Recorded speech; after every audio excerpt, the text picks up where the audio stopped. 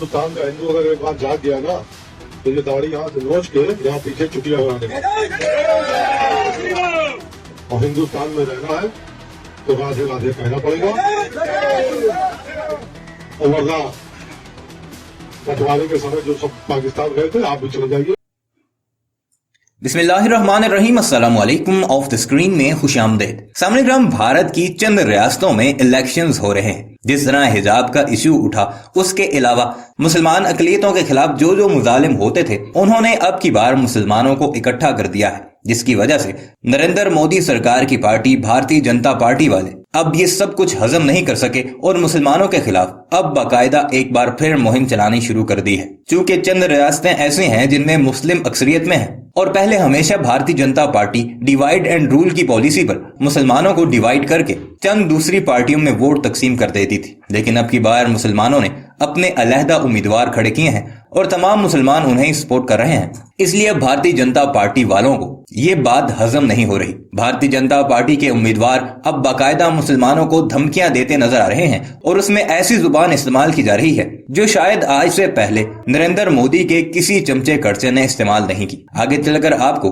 Bharatiya Janata party के उम्मीदवार की जुबानी सुनाएंगे कि वो मुसलमानों के खिलाफ किस तरह की जुबान इस्तेमाल कर रहा है। भारतीय जनता पार्टी के उम्मीदवार के मुताबिक कि अगर भारत में मुसलमानों को रहना है तो वो राम राम और राधे राधे के नारे लगाएंगे। अगर नहीं लगाएंगे तो इनकी दाढ़ियों को काट कर इनके बालों में हिंदुओं वाली चोटी बना देंगे। भारतीय जनता पार्टी के उम्मीदवार ने 1947 का हवाला देते हुए भी ये कहा कि 1947 में भी तो मुसलमान पाकिस्तान गए थे। यहाँ पर बचे कुचे मुसलमानों को भी चाहिए कि वो भारत छोड़कर पाकिस्तान चले जाएं। अगर यहाँ रहना है तो राधे राधे और राम राम के नारे लगाने पड़ेंगे। अब इस सारे मुद्दे पर भारत का गोदी मीडिया तो बोलेगा नहीं, क्योंकि वो भारतीय जनता पार्टी का चमचा मीडिया है। लेकिन बाद आजाद सहाफियों ने इस पर खुलकर बात करना शुरू की और नरेंद्र मोदी को आईना भी दिखाया कि अगर इसी तरह चलता रहा तो एक वक्त आएगा कि भारत में एक ऐसी जंग शुरू हो जाएगी, फिर ना हिंदू बचेगा और ना ही मुसलमान। खैर, भारतीय जनता पार्टी से तो कभी मुसलमानों को खैर की उम्मीद नहीं है, लेकिन अब की बार जो उन्होंने एकजुट होकर इलेक्शन लड़ने का फैसला किया है, उससे भारतीय जनता पार्टी को काफी तकलीफ है। आइए आपको भारतीय सहाफी की जुबानी वो सारी रुदात सुनाते हैं कि कैसे वो नरेंद्र मोदी और उसके चमचों को आईना दिखा रहा है। मगर वीडियो पर आगे बढ़ने से पहले आपसे गुजारिश है कि हमारे इस चैनल को जरूर सब्सक्राइब कीजिएगा और कमेंट सेक्शन में अपनी कीमती राय का इजहार भी इस बारे में जरूर कीजिएगा। भारतीय जनता पार्टी के विधायक चुनाव को जीतने के लिए क्या क्या नहीं कर रहे हैं वो मैं आपको दिखा रहा हूं। एक वीडियो, एक विधायक है, इनका नाम है मयंकेश्वर सिंह। वो कह रहे हैं, अमेठी से बीजेपी विधायक हैं, वो कहते हैं कि अगर हिंदुस्तान का हिंदू जाग गए तो मुसलमानों की दाढ़ी काट के चुटिया बना देंगे। अगर मुसलमानों को भारत में रहना है तो राधे राधे कहना होगा या फिर पाकिस्तान चले जाएं। UP police, election commission of India, कहां है आप? जागिए। इलेक्शन कमीशन ऑफ इंडिया के बारे में तो ये कह रहे हैं कि 3 बंदर हैं गांधी जी वाले। उनको तो कुछ समझ में आता नहीं, चाहे प्रधानमंत्री जी या योगी आदित्यनाथ जी चुनाव आचार संहिता लगने के बाद कुछ भी कहें, टीवी पर किसी भी प्रकार का भी इंटरव्यू दें, there is no problem. But ये विधायक क्या बोल रहा है, आप जरा पहले वीडियो देखें, इसके बाद फिर मैं आपको बताऊंगा। ये वीडियो देखें। हिंदुस्तान का हिंदू अगर एक बार जाग गया ना तो ये दाढ़ी यहाँ से नोच के यहाँ पीछे चुटिया बना देगा। और हिंदुस्तान में रहना है तो राधे राधे कहना पड़ेगा, और वरना बंटवारे के समय जो सब पाकिस्तान गए थे आप भी चले जाइए। आपने वीडियो देख लिया दर्शकों। अब मैं एक चीज और दिखाता हूं इन्हीं भाषा के बारे में। श्याम मीरा सिंह हैं, इन्होंने एक ट्वीट किया। इन्होंने लिखा कि अमेठी से बीजेपी के विधायक मयंकेश्वर सिंह खुद तिलोई रियासत के राज परिवार से आते हैं। एक कोई रियासत होगी तिलोई, उसके राज परिवार से आते हैं।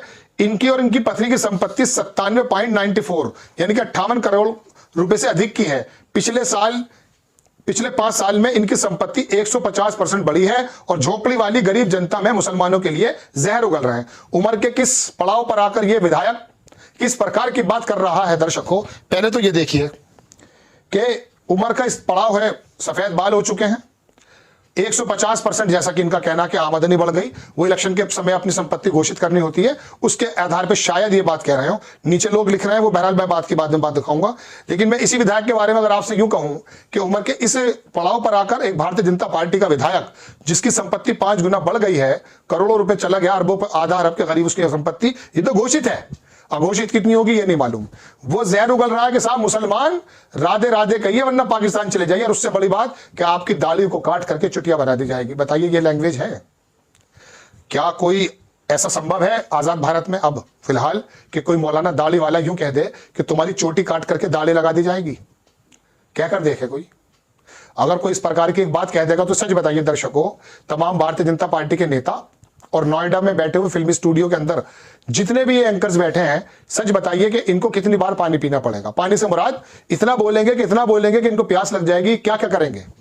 शोर मच जाता और तमाम अखबार और तमाम मेन स्ट्रीम मीडिया ये कहते उक्त मौलाना ने, फला आदमी की चोटी को उखाड़ कर उसके दाढ़ी बनाने की बात कह दी है। और एक फिर कहता जबरदस्त सनसनीखेज खुलासा, इसका ताल्लुक तो आईएसआई से है, ये तो उसामा बिन लादेन का खाला का लड़का है। फिर कुछ और कहता, फिर वो अमन चोपड़ा आता अपनी शक्ल को लेकर, फिर वो सुधीर चौधरी आता, फिर वो दीपक चौरसिया, क्या क्या आकर के आपका शोर मचाते और आपके अंदर किस तरह से ट्रांसफॉर्मेशन करते एक पर्टिकुलर वर्क का। आप क्या, जितने भी दर्शकों, आप एक बात बताइए, सभी लोग हैं दर्शक में सुनने वाले, हम सबसे पहले इंसान हैं, उसके बाद कोई हिंदू है, कोई मुसलमान है। किसी हिंदू का काम किसी मुसलमान के बिना चल सकता है क्या? किसी मुस्लिम का काम बिना हिंदू के चल सकता है क्या? क्या आपके सबके तजुर्बे खराब हैं? क्या आपके घर में पुताई करने वाला आकर के आपकी कोई बाल्टी चुरा कर ले गया? क्या आपके घर के अंदर प्लम्बिंग का काम करने वाला आपके नल को उखाड़ करके ले गया? कुछ थोड़ा बहुत छोटी मोटी गलतियां अगर हो सकती हो। क्या कोई बनिया गेहूं तेल तोलते हुए उसने उसको मार पिटाई करके कम गेहूं दे दिए? क्या उसके पैसे छीन लिए? आपस का तो काम है ना सबका। और इन लोगों ने क्या काम कर रखा है कि आपकी दाढ़ी निकाल कर चोटी बना दी जाएगी। यानी कि आप टोटल धर्मांतरण की बात जबरदस्ती कर रहे हैं। अगर ऐसा नहीं करेंगे, राधे राधे अगर आप नहीं करेंगे तो पाकिस्तान चले जाइए। ये पाकिस्तान जाने की तो दर्शकों हमारे पास इन द सेंस मुस्लिम जमात के पास एक चांस था, वो जा सकते थे। लेकिन फिर बताइए मौलाना कलाम आजाद ने क्या कहा? जामा मस्जिद की सीढ़ियों पे खड़े होकर के क्या वो बात कही थी? क्या उस वक्त नहीं कहा था उन्होंने कि यहां से मत जाना, ये तमाम कुतुब मीनार और ये लाल किले और ये मज़ारात और ये तमाम बुजुर्गों की जगहें आपको रोक रही हैं, इस देश के अंदर हमने खून बहाया? ऐसे तो कहा था। मुसलमानों के पूर्वजों ने इसी जमीन के अंदर तो अपने आप को मिट्टी बनाकर रख दिया था। यहीं पर तो दोहे पड़े थे, यहीं पर तो हिंदू मुस्लिम का दर्द बांटा था। ये वाली बात क्या उन्होंने नहीं कही थी? आज ईमानदारी से बताइए, ये उक्त पार्टी या इसका विधायक इस तरह की बात करता तो क्या ये जरूरी नहीं है कि इसके जो चलाने वाले पार्टी के हैं इसको फौरन बाहर कर दिया जाए?